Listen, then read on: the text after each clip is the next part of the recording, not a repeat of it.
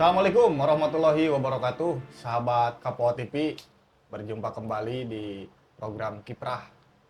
Di program ini saya menemui orang-orang yang kompeten dalam bidang apapun itu. Dan pada kesempatan kali ini, satu kehormatan saya bisa berbincang dengan sosok yang inspiratif tentunya. Untuk di masyarakat Tasikmalaya, rasa-rasanya sudah tidak asing lagi ya. eh Beliau adalah sosok tokoh pemuda lah bisa dikatakan ya, aktivis sekaligus pengusaha juga, pengajar juga, pokoknya multi talent lah. Kang Adi Riyadi, sehat Kang? Alhamdulillah. Alhamdulillah. Awis tepang gitu sareng Kang Adi teh. Kang kesibukan naon ayeuna? Apa hari ini kesibukannya?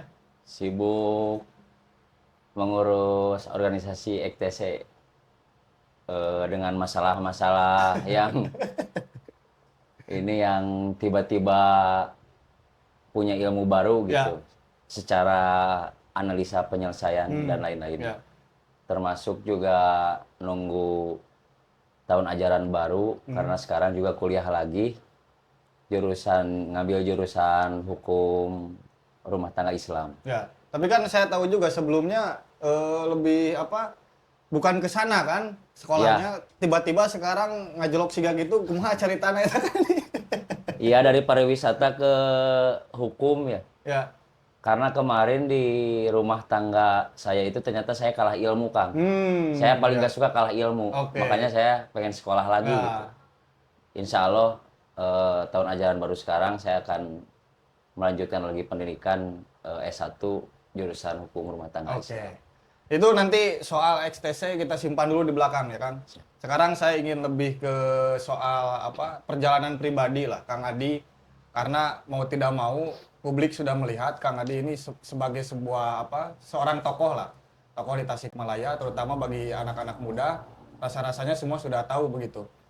Kang Adi ini bisa diceritakan nggak lahirnya di mana begitu ya, terus sewaktu kecil seperti apa gitu, dan tentunya sampai hari ini seperti apa Kang?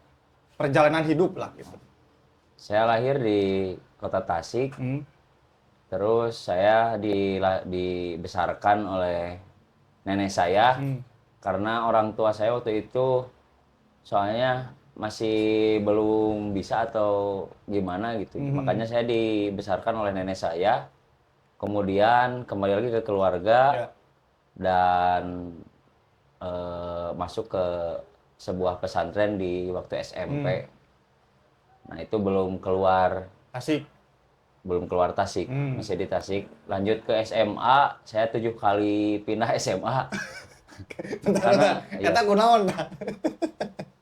karena waktu SMP, waktu pesantren itu saya meskipun mondok, tapi saya udah masuk EKTC gitu, Kang. Oh iya, jadi udah berorganisasi ya? Ya, udah. Karena emang paling suka gitu masuk organisasi. Saya masuk dulu bukan di XTC, tapi ada di satu organisasi. Kemudian di 2006 transisi ke 2007 itu saya masuk ke XTC. Ya. Dan kemudian ya gitulah SMA dari kelas 1 juga udah ngaco gitu. Sekolah tuh gak mau, tapi di mana ada pelajaran yang saya sukai pasti saya masuk gitu kan. Oke. Jadi awalnya motivasi terutama untuk masuk tadi ya ke organisasi motor ya Kang. Itu apa sih yang jadi motivasi, yang jadi inspirasi lah untuk masuk ke sana? Karena di tahun itu sangat Trending. melegenda gitu. Oh, iya. Melegenda dan sosmed juga belum ada. Jadi didengar di telinga juga udah menyeramkan gitu. Iya. Keren gitu. Ya. XTC dengan warna putih biru muda biru tuanya gitu. Tapi dari awal memang konsen di organisasi motor atau sebelumnya pernah juga di organisasi apa gitu waktu Enggak, sekolah? di Langsung? XTC, ya, Oke. di XTC. Dan dulu boleh dong diceritakan sedikit perbedaannya mungkin ya. Ini kan perlu juga teman-teman tahu perbedaan XTC yang dulu dan sekarang itu seperti apa, Kang? Jelas sangat beda dari identitasnya aja. Kita kan sekarang udah menjadi OKP atau ormas yang bergerak organisasi masyarakat tentunya, tapi kita ormas yang bergerak di bidang kreativitas kan. Oke. Itu saya pikirkan masih baru-baru ini dan alhamdulillah sekarang sudah terwujudkan satu program saya di organisasi yang ormas, Ya. organisasi yang bergerak di bidang kreativitas. Gitu. Tapi Karena- memang awalnya dari memang apa ya? Apakah ada perbedaan antara XTC yang dulu dengan yang sekarang gitu secara visi misi atau sama aja? Oh, kalau iya jelas beda. Dulu mah kan perang. Intinya yang tidak satu paham dengan XTC sama dengan perang. Gitu. Kalau sekarang? Kalau sekarang lebih ke kreativitasnya yang mau saya angkat, termasuk di Tasik ini, saya yang menyerukan waktu di Bandung, saya berdiskusi dengan Sekjen XTC Kota Bandung, DPC. Kita itu harus bergerak di bidang kreativitas karena sesuai dengan nama kita S1 Creativity-nya gitu Kang. Yang mau saya angkat itu jelas dari event, juga dari ekonomi kreatifnya dan di Dadaha juga saya mengelola para pedagang dan parkir, tapi bukan sekedar mengelola juga, bukan masalah urusan perut gitu, mengelola, menata, merawat dan menumbuh kembangkan gitu Kang. PKL yang ada di Dadaha biar UMKM-nya naik kelas. Oke. Nah, termasuk mungkin Kang kita juga pengen tahu nih perjalanan Kang Adi kan sekarang statusnya di DPC ya. Iya. Dan di bawah DPC itu kalau tidak salah ada Capter kan? Ada PAC dulu. Oh PAC, baru PAC. Capter. Baru Capter. Nah Kang Adi waktu awal masuk apakah langsung ke PAC atau ke DPC atau di Capter dulu itu? Waktu awal masuk jelas semua gerbangnya dari chapter Kang. Kaderisasi itu sebelum kita bertransisi menjadi ormas itu kita di chapter. Di keluarga besarnya masing-masing, timnya masing-masing lah. Di Tasik itu sekarang udah ada 36 chapter. Setelah saya menjadi ketua, dulu mah satu suara gitu. Di Dadaha aja udah. Itu satu chapter itu berapa anggota rata-ratanya? Diminimalkan 50, rata-rata 50 orang. Kali 30. Kali 36. Jadi bayangin ya betapa banyaknya sebetulnya teman-teman kita yang ada di XTC ini. Oke, sebelum lebih jauh tentang itu saya balik lagi aja ke personal Kang Adi ya, karena ini juga menarik untuk dibahas nih teman-teman. Nah, sewaktu itu perjalanan sekolah SMA juga di Tasik. SMA juga di Tasik. Nah, mulai keluar Tasik tuh sejak kapan tuh? SMA kelas 2 itu saya pindah ke Bandung, sekolah dulu di Bandung, tapi pindah lagi ke Tasik kelas 3. Nah, udah itu pindah lagi ke Bandung. Saya masuk di Akademi Pariwisata Bandung. Alhamdulillah dengan di sana juga saya menjadi senat ya, kalau ini mah presma kali ya. BEM gitu, Presiden BEM. Saya 2 periode di kampus saya. Tidak terkalahkan, tidak ada ya mau yang melawan juga. Saya 2 periode di sana dan kemudian balik lagi ke Tasik gitu. Nah, selama perjalanan di Bandung terutama ya, itu seperti apa Kang? Melihat ya terutama mungkin bukan ekosistem ya. Nuansa XTC-nya mungkin ada yang berbeda antara Tasik dan Bandung. Itu seperti apa Kang? Bandung itu lebih ke kental sekali gitu XTC-nya. Sampai tiap hari itu yang diomongkan tuh XTC aja, XTC gitu. Kalau di Tasik mah kan aya ngobrolkeun pagaweanana. Kalau di sana mah enggak, XTC terus makanya konsennya itu mereka sekarang suksesnya itu di sana Kang. Oke. Ya. Akhirnya kenapa memilih balik ke Tasik Kang? Nyaman Kang. Nyaman di rumah. Ada orang Sunda mah pondok lengkah Kang. balik deh. Atau saya di Tasik gitu. Tapi di Bandung juga dulu posnya mungkin ya saya sebut pos aja karena saya kurang ini. Di XTC-nya sebagai apa di Bandung dulu Kang? Enggak, saya juga waktu sekolah konsen ke sekolah aja. Oh iya. Karena emang dasarnya watak saya itu pengen belajar dan ingin belajar dan selalu ranking 1 gitu. Yang tadinya, tapi di SMA mah nol besar. Oh jadi di SD mah ranking hiji wae. Ranking hiji wae Kang. Cerdas cermat anu tukang mencet lagi saya gitu. Oke. Balik ke Tasik. Nah, setelah mungkin ya ada perbedaan juga ya. Dari awal Akang berangkat keluar kota ke Bandung, terus balik lagi ke Tasik. Lihat perubahan yang signifikan nggak, terutama di teman-teman XTC Tasik? Iya, saya meriset juga waktu saya diam di Bandung, tapi saya masih mengurus chapter yang saya bangun, yang saya dirikan gitu. Ya. Termasuk dengan menganalisa chapter-chapter lain, Ya, ya, ya. ternyata sudah tidak satu visi satu misi yang memang belum ada visi misinya Ya, juga ya, gitu. ya, ya, ya. Setelah itu saya berniat untuk suatu saat kalau ada eh, pemilihan ketua gitu untuk DPC, saya yakin saya bakal terpilih dan saya akan maju gitu ke depan. Oke. Dan cara merevolusinya atau apa ya? Transformasi lah. Merubah XTC secara karakteristik mungkin ya. Ya, Itu seperti apa, Kang? saya bikin slogan dulu satu barisan namanya, Kang. Oke. Itu saya bikin waktu kampanye saya mau mencalonkan sebagai ketua DPC XTC Kota Tasik. Itu tahun kemarin berarti ya? Iya, Tahun kemarin, 2024. tapi saya bikin kata-kata satu barisan itu dari 2018. Oke. Karena pelopor XTC menjadi ormas itu di Tasik itu baru 2017 awal. Ya.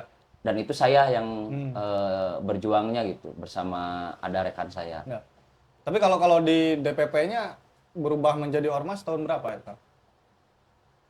Di AHU itu tahun 2011 kalau nggak salah. 2011. Berarti udah lama ya? 10 Udah 11-an. satu dekade lebih. Ya, Tasik baru bertransformasinya kemarin gitu. Nah. Dan tentunya ke depan konsen Akang ini kan sudah jelas ya, ingin seperti apa, begitu apa yang akan dikerjakan. Teruntuk teman-teman XTC di Tasikmalaya, mungkin bisa dijelaskan, Kang, akan apa aja yang dilakukan gitu selama akan sebagai ketua. Tentunya yang akan dilakukan, saya ingin mengentalkan ekonomi kreatifnya, pemikiran dan pemahaman tentang apa itu kreativitas, Ya. otak kreativitas itu Ya, seperti ya, apa kita ya, mainkannya gitu, ya. Kang. Jadi use it well gitu. Jadi pergunakan otak itu dengan benar gitu, Kang. Yang akan saya lakukan terutama saya ingin menonjolkan bahwa XTC itu bisa menjadi penata di kota Tasik ini, Ya. tata kota, terutama di tata kota Tasikmalaya ini Ya, kita ya. bisa menjadi paling depan gitu untuk menggaungkan itu dan realitanya juga saya sanggup gitu untuk melakukannya, kan. Nah, kalau bicara apa namanya tata ruang mungkin ya, di Ya. Kota Tasik sendiri, ya Kang tadi punya keinginan seperti itu, tentu saja ada alasan yang jelas. Iya. Nah, terus kenapa gitu? Atau ya katakanlah melihat tata ruang di Tasikmalaya hari ini itu di mata Akang ini seperti apa? Apakah masih banyak yang harus dibenahi atau seperti apa gitu? Iya, jadi gimana ya? Saya selalu melihat sudut pandang perspektifnya arsitek gitu. Karena saya arsitek. Oh kan. ya, S1-nya arsitek ya? Enggak, perhotelan. Oh, Itu mah perhotelan. otodidak. Oh, tidak. Otodidak. Itu kan Akang teh kerjanya sebagai itu juga kan? Iya, saya kerja sebagai kontraktor. Oh iya iya. Terus Kontraktor gimana juga tuh berusaha. melihat Tasik tadi itu?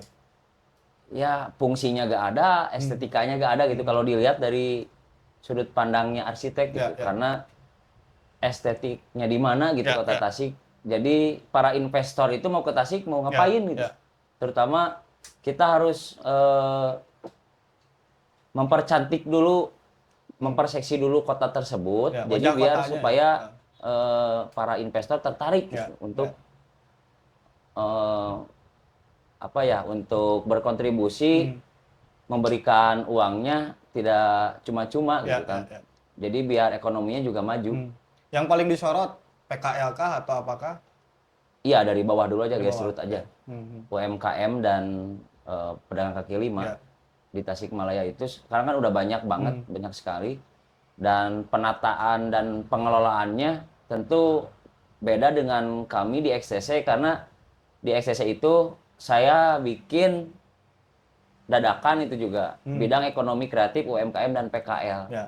Jadi untuk mengelola suatu ruang publik Ya. yang nantinya bakal ada tumbuh UMKM di sana gitu.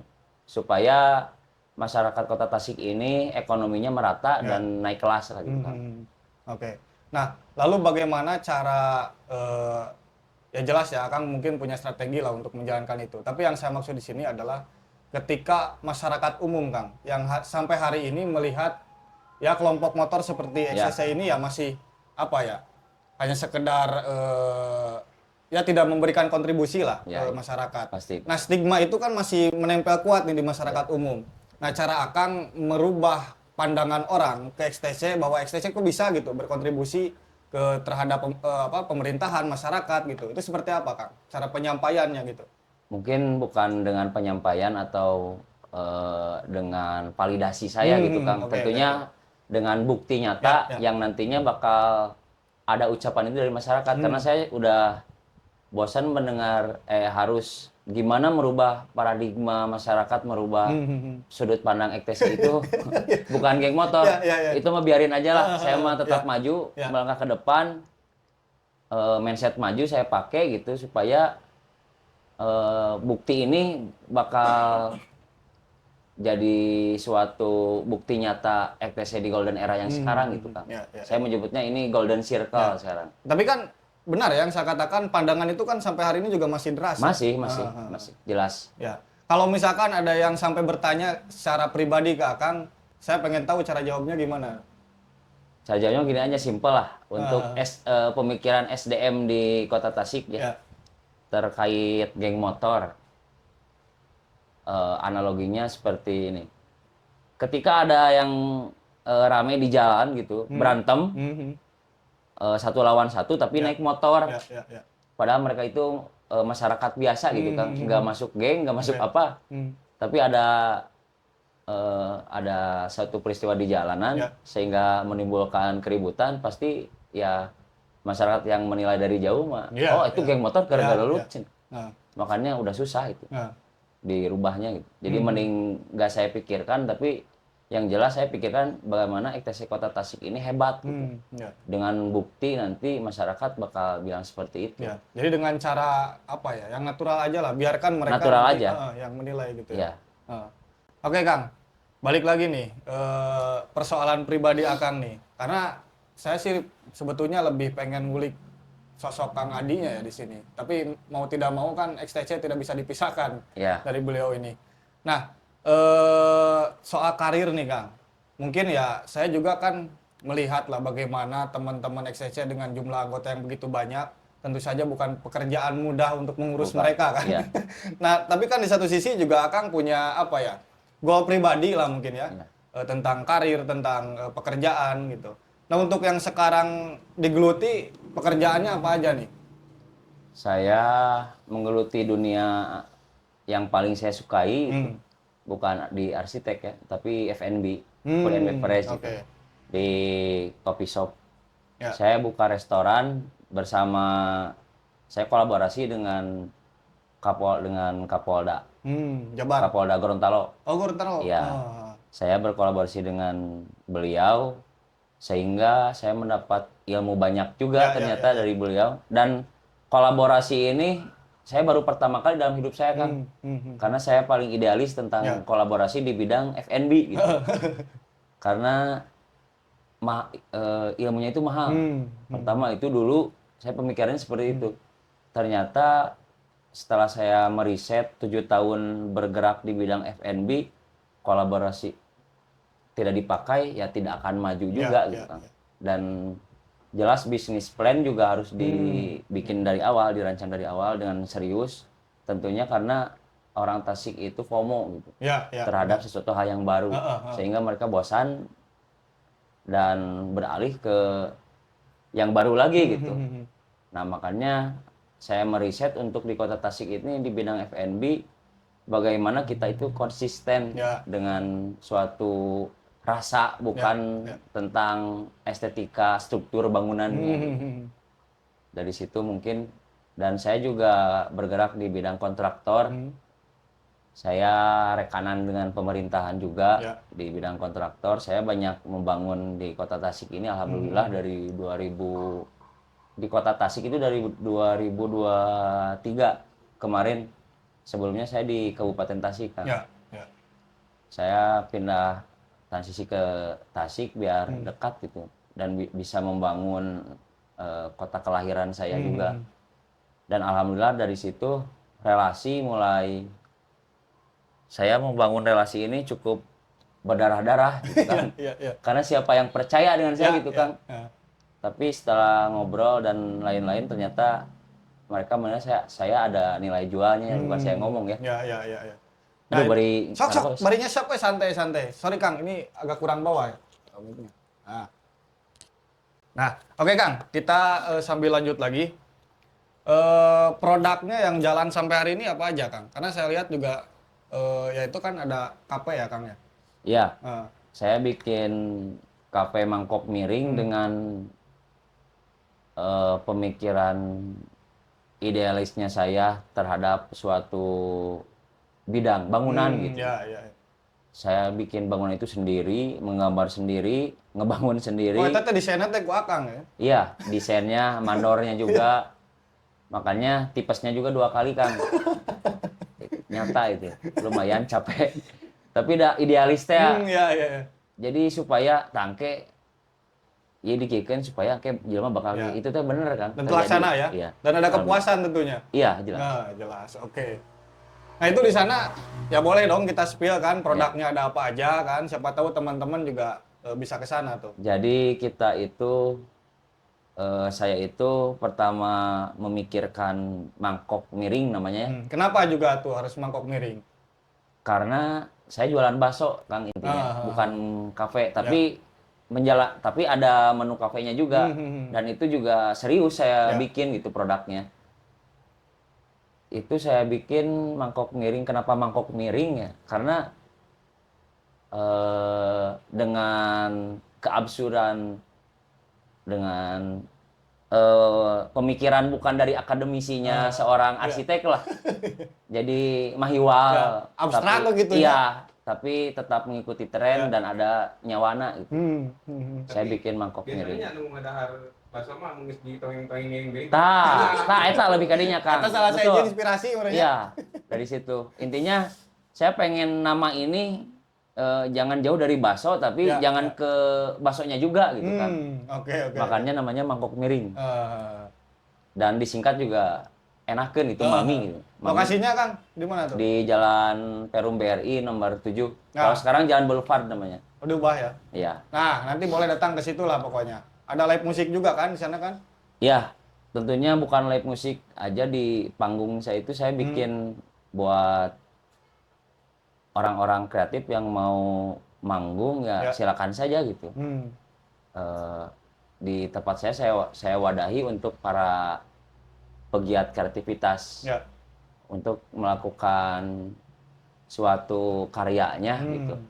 Biar diperlihatkan orang banyak, ya udah di saya aja gak apa-apa gitu bisa. Jadi terbuka ya? Terbuka dan jelas tidak money oriented lah. Oke. Nah, ini kan jadi apa? Ruang publik baru ya untuk teman-teman yang membutuhkan. Betul. Ya artinya kan Kang Adi juga turut berkontribusi terutama untuk anak-anak muda nih yang memang punya apa ya jiwa kreativitas, namun kadang-kadang kan di kita itu terkendala dengan wadahnya Kang. Betul, sampai dengan wadah, kan? dengan wadah sampai sekarang juga kan tempat konser di mana Kang? Ya, di Tasik. Ya justru itu. Kita belum ada tempat konser yang proper. Gitu. Nah, Kang turut memikirkan nggak tuh soal itu? Ya mudah-mudahan kan Pemkot saya pemikir Kang orangnya Kang. Aku kan kendala Jadi, sampai hari ini iya, ya. betul. Kita itu satu keterbatasan lokasi, kedua juga kadang-kadang perizinannya itu yang sulitnya minta ampun. Nah, Kang Adi melihat ini seperti apa? Jadi rancu gitu melihatnya saya. Dan ada gak tawaran konsep misalkan? Ada jelas. Nah, boleh dong dibocorkan mah teu naon kan, tapi ulah kabeh kan. Iya, siap. Bisa anu make. Mungkin sedikit ya. Saya bocorkan dulu. Kita dari perizinan aja dulu. Perizinan di Tasik itu sangat rumit gitu. Ya. Rumit tapi mudah tapi rumit gitu kan. Dan tentunya buat seorang event organizer yang mau mengadakan event di Tasik itu, kalau kontennya tersebut berbenturan dengan Perda Tata Nilai Kota Tasik itu gimana? Harus dipikirkan dulu juga. Saya tadinya nggak mau nyebut itu, tapi Kang Adi yang mulai. Oke. Nah, tawaran konsepnya seperti apa Kang? Ada nggak? Konsepnya itu konsep buat apanya nih? Nah, maksudnya apa ya? Mungkin Kang Adi punya ide yang liar gitu. Konser di Tasik itu sebetulnya bisa dengan cara seperti ini Ya, gitu. tentunya eh, untuk pemimpin baru yang sekarang menjabat ya. Ya. Mumpung Ini belum harus, dilantik. iya, ini harus jadi suatu PR yang sangat besar, Ya. karena ini juga untuk kemajuan ekonomi Kota Tasik, Ya. termasuk dari pariwisatanya Kota Tasik juga. Dan saya sangat mengapresiasi sama Kepala Dinas Dispora, Ya, Dispora Budpar. ya Pak Dedi ya. Ada di Otoy. Kalau ada 5 seperti beliau, mungkin Kota Tasik akan maju, kata saya. Ya, ada beres Saya mah gitu. cengli weh gitu bilangnya. Pasti beres karena dia sosok yang pariwisata banget lah sama Ya, kayak saya, hospitality gitu. Di bidang pelayanannya juga. Jadi konsepnya itu harus kita jangan memikirkan dari kalau berbenturan dengan kontennya, kalau berbenturan dengan perda tata nilai ya Nah, mungkin ada sedikit di maklum sajalah Ya, gitu, karena ini namanya juga sebuah event gitu yang tentunya yang penting tidak melawan norma-norma ya. manusianya Ya. gitu, dan tetap dengan kebudayaan santrinya. Ya. Kita harus menghormati itu. Nah, jadi kan lumayan tuh ada solusi ya. Bagaimana mungkin lebih pada harus bisa duduk bersama ya, Kang. Karena Iya, kan yang betul. jadi persoalan hari ini tuh otak dilawan otak gitu kan. Iya, kalah ilmu mah udah. Nah, itu kan. Jadi Saya nggak ujungnya mau kalah ilmu gitu. Dan saya tidak suka 1-0. minimal seri atau kumaha. 2-1 Kang, 2-1 gak apa-apa. Namanya juga manusia. Saya juga, semua orang itu hebat di bidangnya masing-masing. Ya. Kalau 2-0 teuing mah tuh mungkin teh jiga Liverpool kamari ngalawan Real Madrid. Ya. Oke, simpan dulu tuh tentang itu ya. Nih saya ngulik yang lain tentang Kang Adi. Ternyata Kang Adi ini diam-diam juga lagi nulis buku nih. Nah, itu ceritanya tentang apa? Ya karena kita tadi ngobrol kan di belakang tentang Betul. banyak hal. Nah, ceritanya itu tentang apa? Boleh dibocorkan? Ceritanya itu sedikit perjalanan saya dari 2023 sampai hari ini gitu. Ya. Buku tersebut. Jadi ternyata saya mempunyai tertimpa atau diberikan di Allah masih sayang mungkinnya sama saya. Saya dikasih ujian di rumah tangga, Kang. Yang jelas di rumah tangga ini ternyata saya belum jago gitu. Ya. Makanya sekarang saya mau kuliah di jurusan hukum rumah tangga Islam gitu, Kang. Jadi berangkatnya dari sana. Jadi berangkatnya dari masalah keluarga tentunya. Setelah saya pindah ke Tasik mencari relasi gitu, yang tadinya dari nol, karena saya dari EKTC, tapi vakum di EKTC itu 4 tahunan, dan saya masuk di SOG. Oh, sempat vakum dulu? Vakum dulu saya, tapi vakum di DVC-nya, tapi tidak untuk di chapternya gitu kan. Tapi saya serius di SOG kemarin. Dan masih sampai sekarang juga masih jadi member di SOG, Scooter Owners Group Indonesia. Itu bentuk apa isinya, fiksi, cerpen atau apa prosa gitu? Kalau ini tuh tentang kehidupan fiksi sih enggak sih. Ini cerita kehidupan saya bagaimana seorang manusia itu, saya itu terlambat dewasa, Kang. Dalam beberapa sudut pandang dalam kehidupan gitu. Bagaimana seseorang dengan keterlambatan pemikiran kedewasaannya sehingga dia menjadi dewasa oleh suatu kondisi yang terhimpit musim sedih lah. Ya. Dan ternyata alhamdulillah sekarang udah saya bereskan semua gitu. Dan saya kembali menantang gitu. Bagaimana ombak besar ada ke dunia saya masuk sehingga menjadi sebuah ujian dan saya akan lawan itu gitu, Kang. Tapi saya lebih personal nih tentang keluarga, Kang. Ya, boleh. Support keluarga yang Kang Adi rasakan sampai apa menjadi Kang Adi Riyadi yang hari ini seperti apa? Supportnya tentu sangat kalau dari orang tua ya, pada orang tua itu mereka sangat aneh mungkin ya. Oh, ya, Aneh bisa kasentuh oge gitu ya, hatena gitu. Bisa dewasa oge gitu ya jelema gitu. Bisa mandiri oge. Karena sampai detik ini pun saya masih anak mami gitu kan. Sedikit-sedikit saya selalu bilang sama orang tua. Dan mungkin dari doa orang tua dan dari doa istri juga, tapi nah dari situ tuh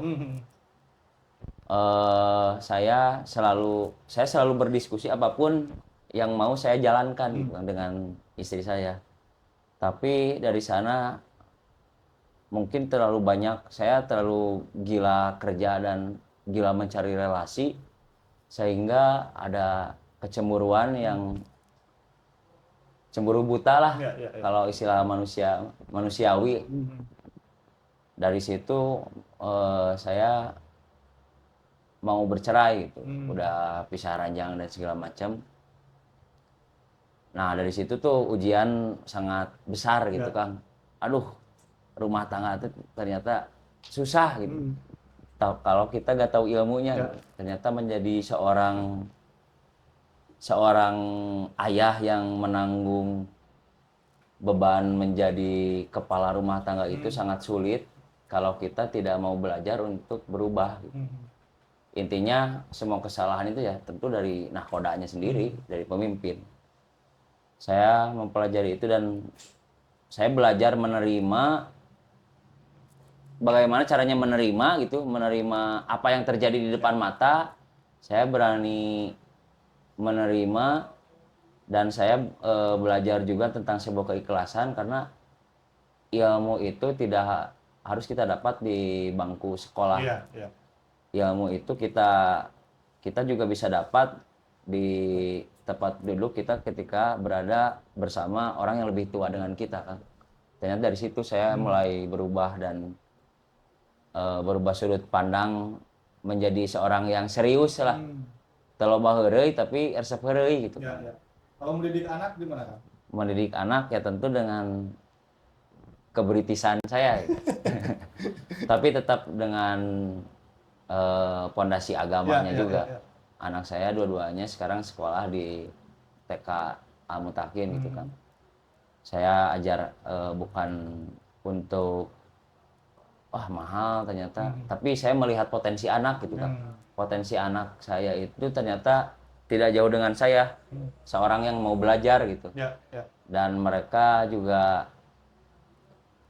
sangat experience gitu dengan hal yang terjadi gitu.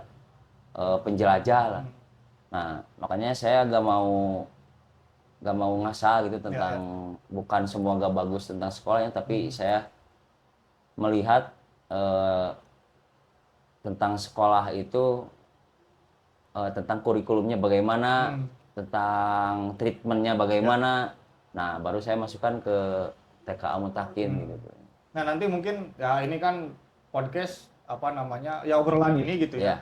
Ini kan bisa ditonton nanti setelah puluhan tahun. Iya, betul. Nah, nanti soal karir anak nih, apakah Kang Adi ini akan budak orang kudu jadi ieu atau geus we kumaha budak gitu. Kumaha budak we. Tapi saya arahkan secara tidak langsung gitu untuk menekan ting, tapi no penting mah bisa jadi seniman lah. Intinya mah seni, karena saya mah seni. Kan dari seni itu kita bisa belajar dan bisa mencari uang dari sana gitu. Menganalisa peluang terutama. Rasa cinta terhadap XTC itu seberapa besar sih Kang? Terus juga apa sih yang membuat Kang Adi nyaman bertahan hingga hari ini di XTC gitu? Wah, jaro mau disebut jaro mah leuwih ti kata relung gitu. Saya dibekali mental buat jadi sekarang ini mungkin dari situ gitu Kang. Mental intinya mentality kita terbentuk gitu di XTC. Lebah itu banyak manfaatnya menurut yang saya baca filosofinya gitu. Dari XTC kenapa logonya lebah itu banyak kebermanfaatan buat orang banyak, termasuk madunya itu Kang. Dan keindahan si lebah tersebut. Tapi ketika diganggu ya mereka menyerbu gitu Kang. Iya, nyeret gitu. Odeng.